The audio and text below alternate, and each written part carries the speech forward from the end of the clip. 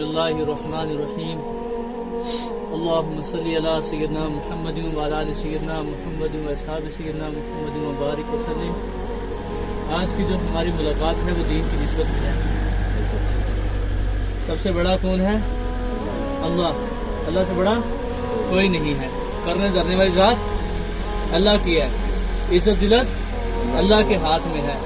इसलिए जब सारी चीज़ें अल्लाह के हाथ में हैं तो फिर हमें अल्लाह के साथ ऐसा तल्लुक़ होना चाहिए कि जब हम अपने रब को पुकारें तो रब एकदम हमारी पुकार को सुन ले।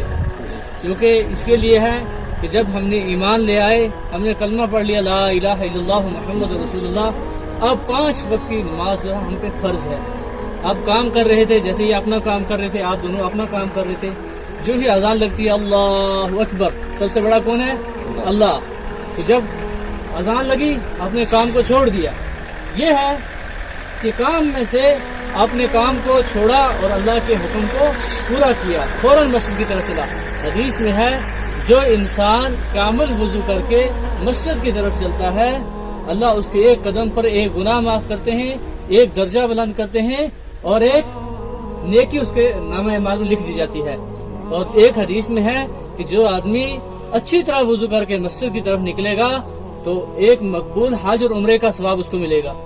अब ये चीज़ें किसके लिए हैं? हमारे लिए है कि अल्लाह ने हमें ईमान दिया है, इसी ईमान के ऊपर हमारा खात्मा। हम सुबह रोज उठते हैं, हर दिन स्टेटस लगा होता है फलां आदमी चल बसा, उसको हार्ट अटैक हुआ।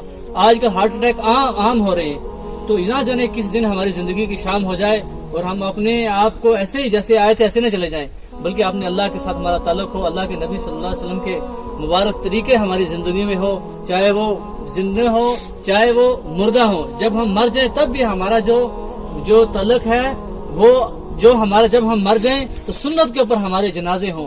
जब हम जिंदा हैं तो अल्लाह के नबी सल्लल्लाहु अलैहि वसल्लम की एक एक सुन्नत हमारी जिंदगी में बाकी रहे, चाहे वो टोपी की हो, चाहे वो दाढ़ी की हो, चाहे वो टखने नंगे की हो। और मस्जिद के साथ सबका ताल्लुक होना चाहिए। हमारा ताल्लुक जो ही अजान लगे हम मस्जिद की तरफ चले जाएं। क्यों जंगीर भाई, आपके वहाँ मस्जिद है ना? आप मस्जिद में जाते हैं? सुबह नहीं जाएंगे? आज के आपके बाद सुबह जाएंगे।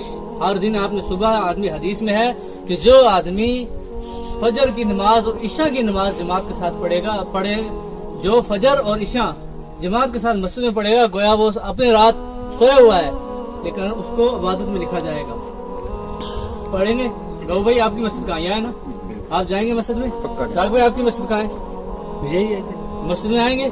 पक्का है कि मस्जिदों के साथ हमारा ताल्लुक ऐसा होना चाहिए। जब मलकुल मौत आता है तो वो कहाँ आता है? पहले मस्जिद में आता है। मस्जिद से पूछता है कि तेरा इस बंदे के साथ क्या तल्लुक है? अगर मस्जिद कहेगी ये बंदा तो मुझे बात करने वाला है, इस बंदे के साथ तो मेरे तल्लुक थे, तो फिर उसके साथ आसानी के मामले किए जाएंगे। अगर मस्जिद ने इनकार कर दिया कि हम इन्हें जानते ही नहीं है तो फिर हाल क्या होने वाला है? इसलिए अल्लाह पाक हम सबको कहने सुनने से ज्यादा अमल की तौफीक अता फरमाए।